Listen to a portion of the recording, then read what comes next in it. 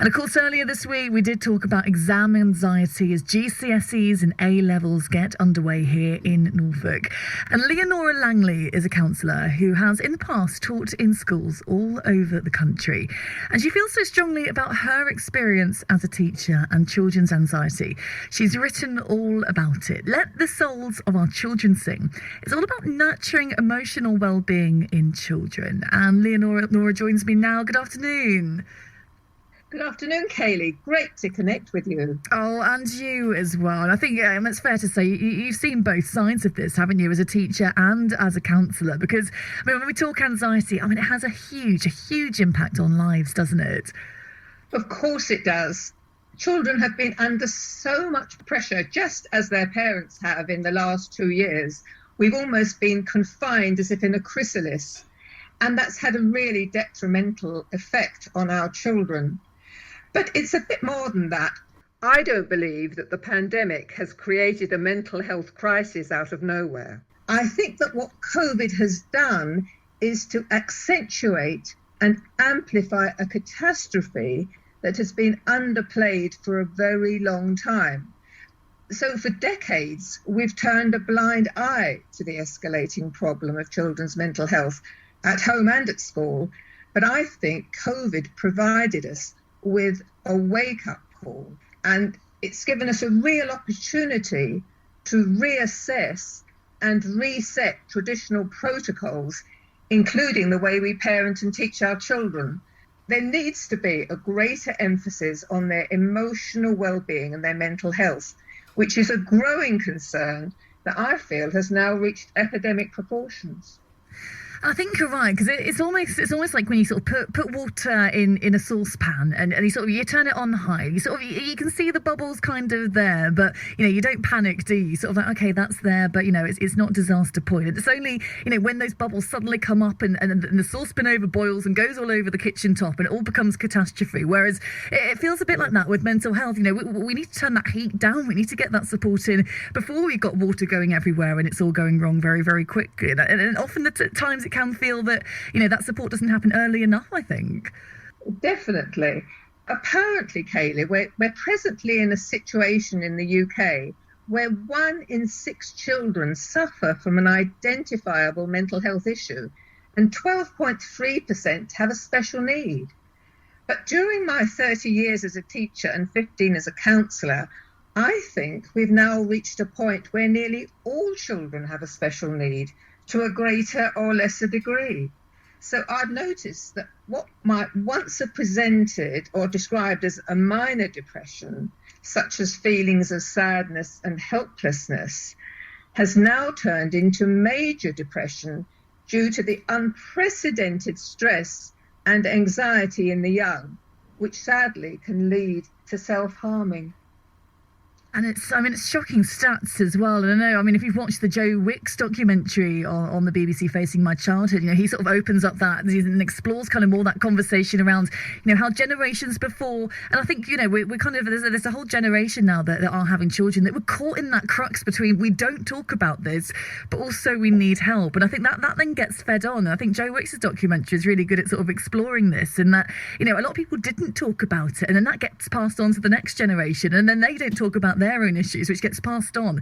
And we're sort of almost doing this self-fulfilling thing, aren't we, between our generations? Absolutely, Kayleigh. You couldn't have put it better. I actually watched the Joe Wicks documentary only yesterday. It's extraordinary that I was given that opportunity to do so, which really fired me up ready for today's interview. I think that there are several social influences that have affected our children's mental health over the past few decades.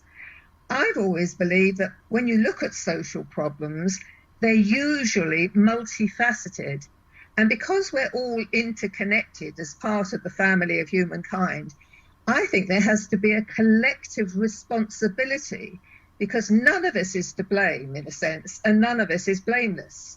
Maybe because we're all part of the problem, we can all be part of the solution. So I feel that the main causes of mental health problems in our children, there are several things going on. I think, first of all, and I hate to say this because I was one of those people, mums in the workplace. I think women can have it all, but maybe not all at the same time. I think that essential attachment between mother and child, described by John Bowlby, is fundamental to a child's emotional well-being. Otherwise, what's called ACEs, adverse childhood experiences, will probably occur. So I think there's a big role that parents play in being emotional anchors for their children. Otherwise, they can feel rudderless. And then, of course, school has become an exam factory, which not only puts pressure on children, but also teachers. We've got league tables, national test scores. And what's happened is it's almost become like a commercial enterprise instead of a people business, if you like. And I think there's always been, since the 1870s, too much emphasis on cognition and logic. It's a sort of a Victorian ethic, a 19th century model that we never really moved away from, where there's too much emphasis, as I say, on cognition and logic because it can be counted and measured, over fully embracing the idea that education is also about the nurturing of our emotional well-being of our children and developing their souls, which I feel is beyond measure. And I know your book looks particularly sort of, at many things, including sort of the role of the arts as well and the importance in that supporting children. I mean, this is something I've identified with all my life. I never really felt like I fit a lot of boxes when it came to sort of the more traditional academic side. I was good at it, but I almost sort of ran myself ragged trying to be good at it. Whereas anything creative, anything with imagination, I think soul is the word, isn't it? I think every child has this thing inside them that does make their soul soar. It unlocks something inside them. And a lot of the time in sort of an academic setting, that's not always recognised, is it? No, not always. There's not nearly enough parity between the sciences and the arts in schools.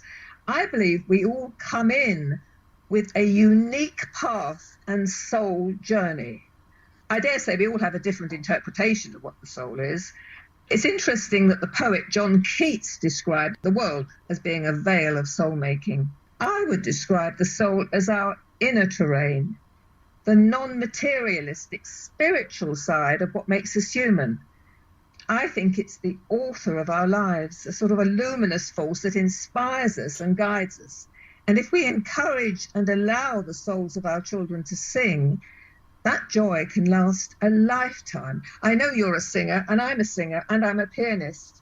Without music running like a rich tapestry throughout my life, my whole experience of being on this planet would be far less enriched, if you like.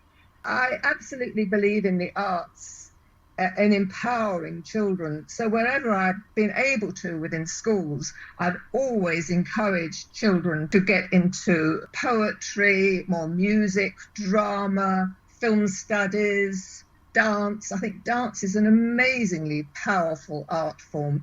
And I know that it's interesting that today is the start of the Norfolk and Norwich Festival 250th anniversary. And I was looking at what it celebrates, which is arts education, creativity and curiosity, which are all strong themes in my book. It's quite amazing, really. So if you are listening at the moment and you have got children and grandchildren, look, you might be a mother at the moment and perhaps not being in the workplace and spending more time with the children would be absolutely a lovely thing to do. But of course, with the rising cost of living, it's probably not going to be the most practical for them. So what are some things we can do to help our children and try and support them and also be there for them as well? Gosh, that is a very complex question, and I fully understand you asking it, Kayleigh. I haven't got all the answers, that's for sure. But I've tried to raise the consciousness of parents and educators about the need now to be more in touch with our children's emotions, which I think have been neglected for so long. Not only is this a book, I think, to raise the consciousness of parents, teachers and carers of the young, but I think it's potentially a book for everyone because we've all been children. And it can be helpful to look back and take time to perhaps process some of the things that might have caused us trauma, or possibly a feeling of being stuck or frozen in time. It could be a difficult birth, a feeling of not being wanted, an unavailable or narcissistic parent, the death of a parent, which I experienced when I lost my father when I was just 16. So I'm really asking readers to look deeply into their perhaps darker aspects and their shadow side. And when they're brave enough to face those negative aspects and emotions, possibly through therapy, the rewards can be life-changing, not only for the person on the journey, but also for those who come into their sphere. So it's just a question of us all being a little bit more aware of how our children are feeling rather than what they're thinking. The whole of the mainstream education now is geared to exams, but children don't remember the facts and figures that they have to swat for an exam. What they tend to remember is loving, caring people in their lives, including teachers. And it's those things that stay with them on a much longer term basis, and they can draw upon them in times of inevitable adversity and challenge throughout their lives. And the book's called Let the Souls of Our Children Sing. So to find out a little bit more about it, Leonora, and about the work that you do as well, where's the best place to do that? Okay, it's available in paperback from all good bookshops, paperback and ebook from my publishers Austin Macaulay and Amazon at a very reasonable price, as I wanted to make it available to everyone. Actually, I'd give it away if I could. All my radio interviews on a wide range of subjects covered in my book are available to listen to on both Facebook and YouTube. Oh, Leonora, it's lovely to catch up with you. I think you're quite right. I think we're creatures of habit, aren't we? We sort of get into these routines and we go with the daily grind. And perhaps sometimes we do just need to take that moment, don't we? Just to stop, think and go, do I need to question myself on this? Am I doing enough? Do I need to do a little bit more? Do I need to sort of redo how I do a lot of these things and actually make sure, my children, my grandchildren, or even just family members and each other, partners, friends, neighbours, and actually just take a moment just to check in with them. And I think it's something, with life as busy as it is at the moment, it can be something that falls by the wayside. So it's a really interesting one, that, Leonora. And thanks for joining me, Leonora Langley, who is a counsellor and author as well.